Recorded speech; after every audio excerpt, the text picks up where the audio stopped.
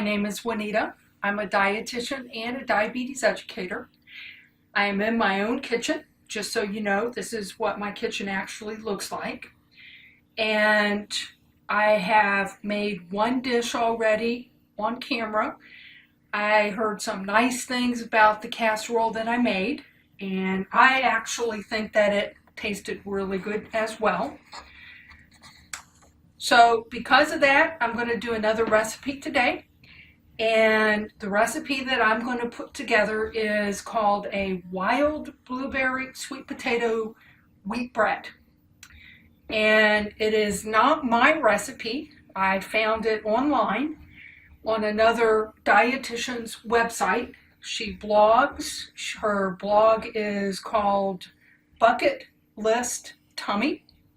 Her name is Sarah Schleichter, and she lives in Charlotte, North Carolina. But I'm going to put a link in my blog to her website so that you can check out her things as well. But this recipe looked very good. I had shared in the last video that I am not much for sweet potatoes. Now I am going out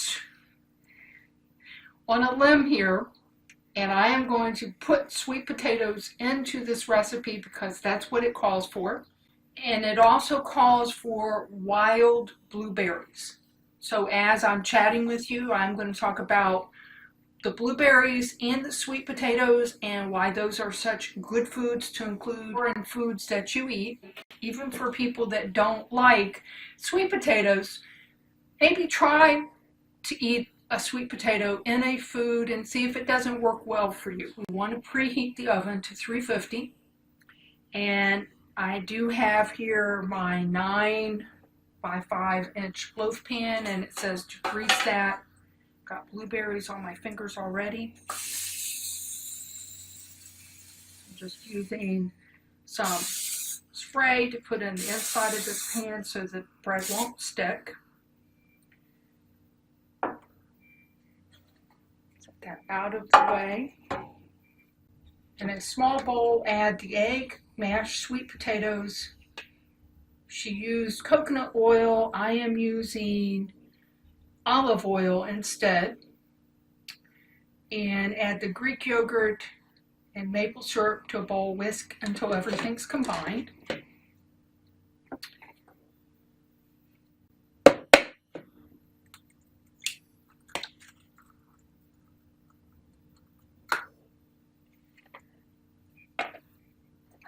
Egg.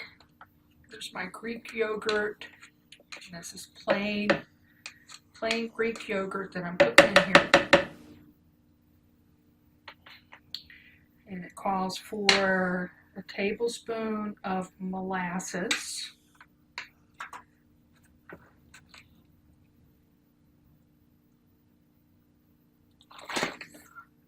Molasses is drippy.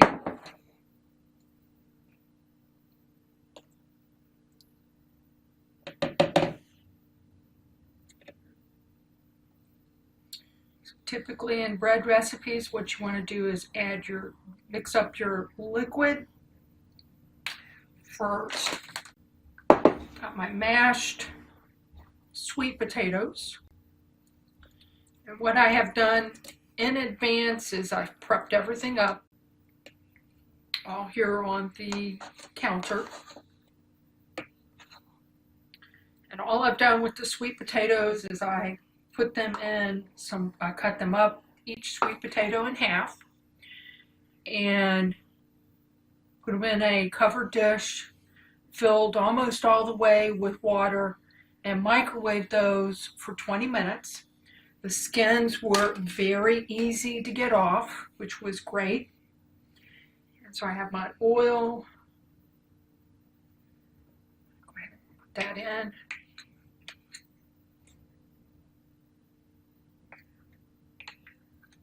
If you do use the coconut oil, what you'll need to do is melt it. And the reason why I'm going ahead and using olive oil is I'm not going to have to melt anything.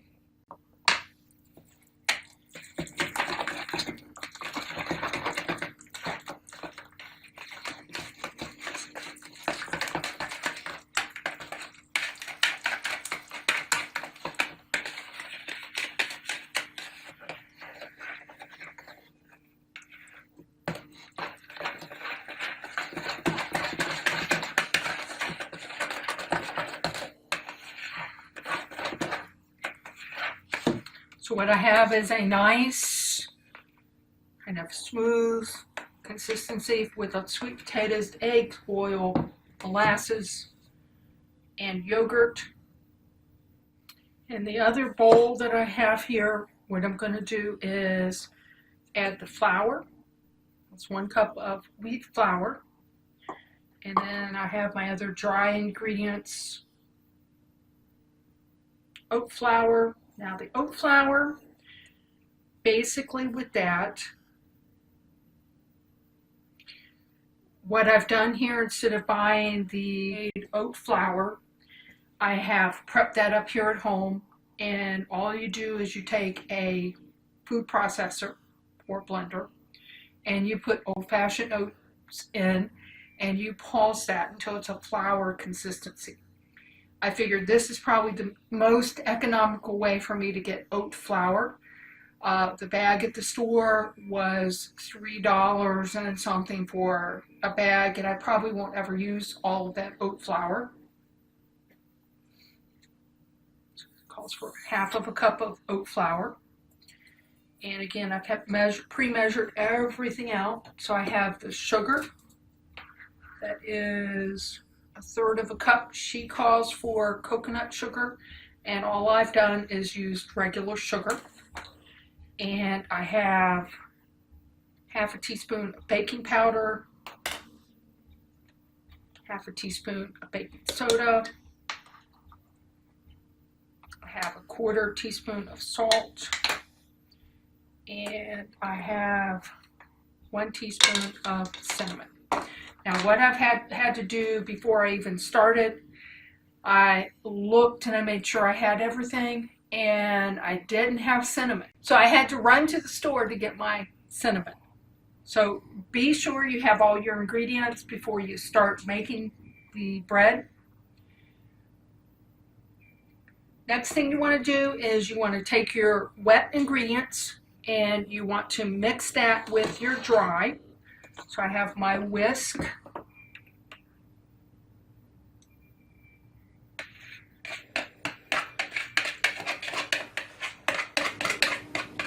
Now, talking a little bit about the sweet potatoes here. They are a food with lots of nutrition in them. They have vitamin B2, 3, and B1 as well. High in fiber, high in potassium. They are a good source for our antioxidants. So if you're looking for a really power punch type food, sweet potatoes are it. But the sweet potato has a lot of nutrition in it. So there I've got my wet ingredients in, and I'm going to go ahead and just work that in.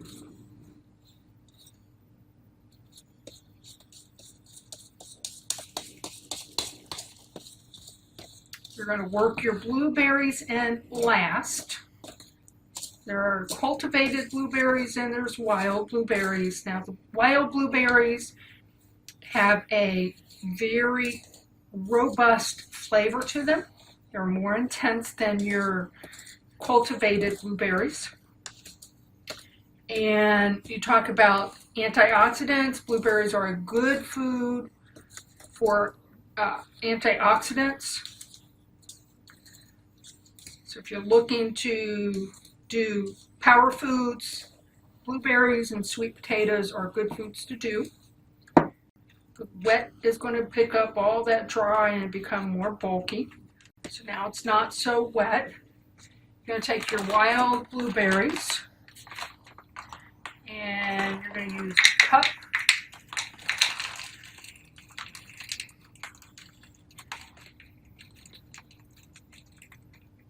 Those are tinier than your cultivated ones. I'm just going to pour those in and work those through and fold them up. One trying to get away. Hold that in.